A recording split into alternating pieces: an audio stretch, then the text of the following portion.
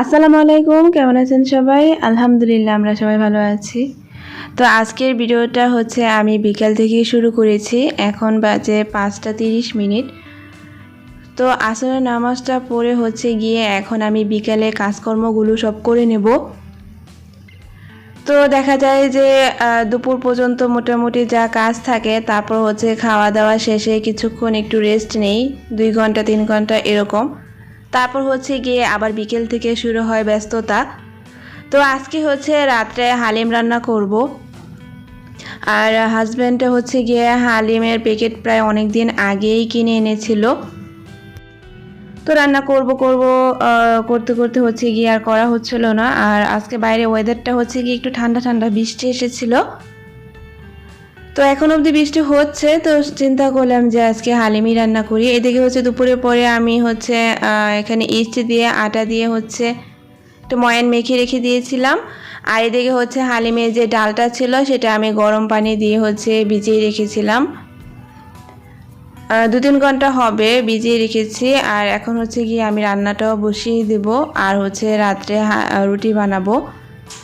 তো এখন হচ্ছে গিয়ে আমি পরিমাণ মতো একটু তেল দিয়ে তারপর হচ্ছে পেঁয়াজ দিয়ে একটু ভেজে নেব, বেরেস্তা করব আর কি। কিছুটা উঠিয়ে রাখবো আর কিছুটা হচ্ছে গিয়ে আমি একেবারে মশলার সাথে ভালোভাবে কষিয়ে নেব।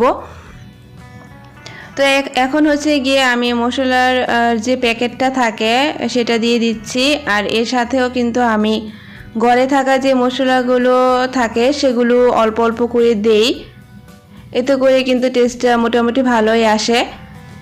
আর এখন হচ্ছে আমি ভালো করে একটু কষিয়ে তারপর হচ্ছে গিয়ে মাংসগুলো দিয়ে দেব।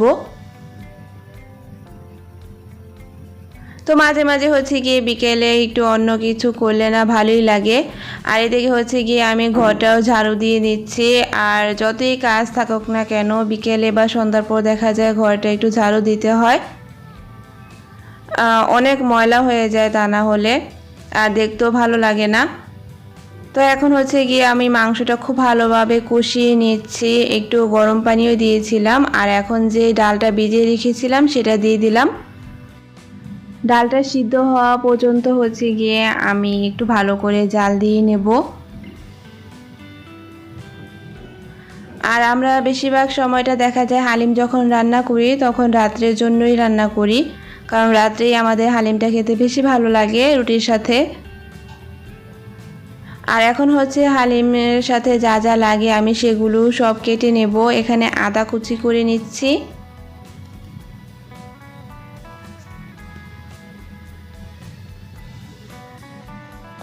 তো হালিমের রান্না করার পর হচ্ছে গিয়ে এগুলো দিলে না ভালো লাগে, আর ফ্লেভারটা একটু অন্যরকম আসে।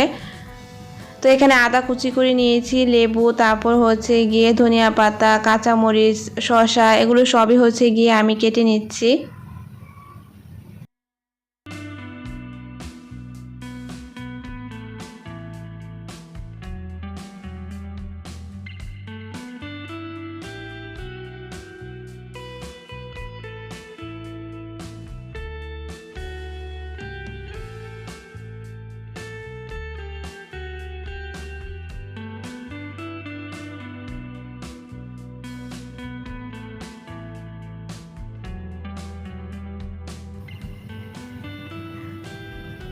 তো এই তো আমার কিন্তু মোটামুটি সব কিছুই কাটা শেষ।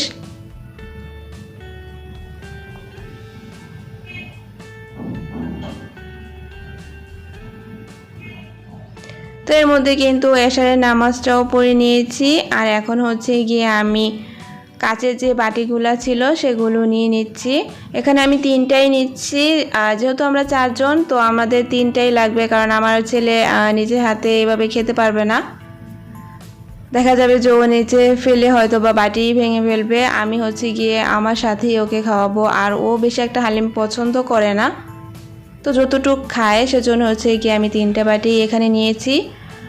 আর আমি হচ্ছে গিয়ে পাকের রান্নাঘর থেকেই হচ্ছে গিয়ে আমি নিয়ে নেব। আর সম্পূর্ণ হাঁড়িটা আমি ডাইনিং টেবিলে নিচ্ছি না, ফ্যানের বাতাসে দেখা যাবে যে ঠান্ডা হয়ে যাবে। আর হালিম কিন্তু ঠান্ডা হলে একটুও ভালো লাগে না খেতে।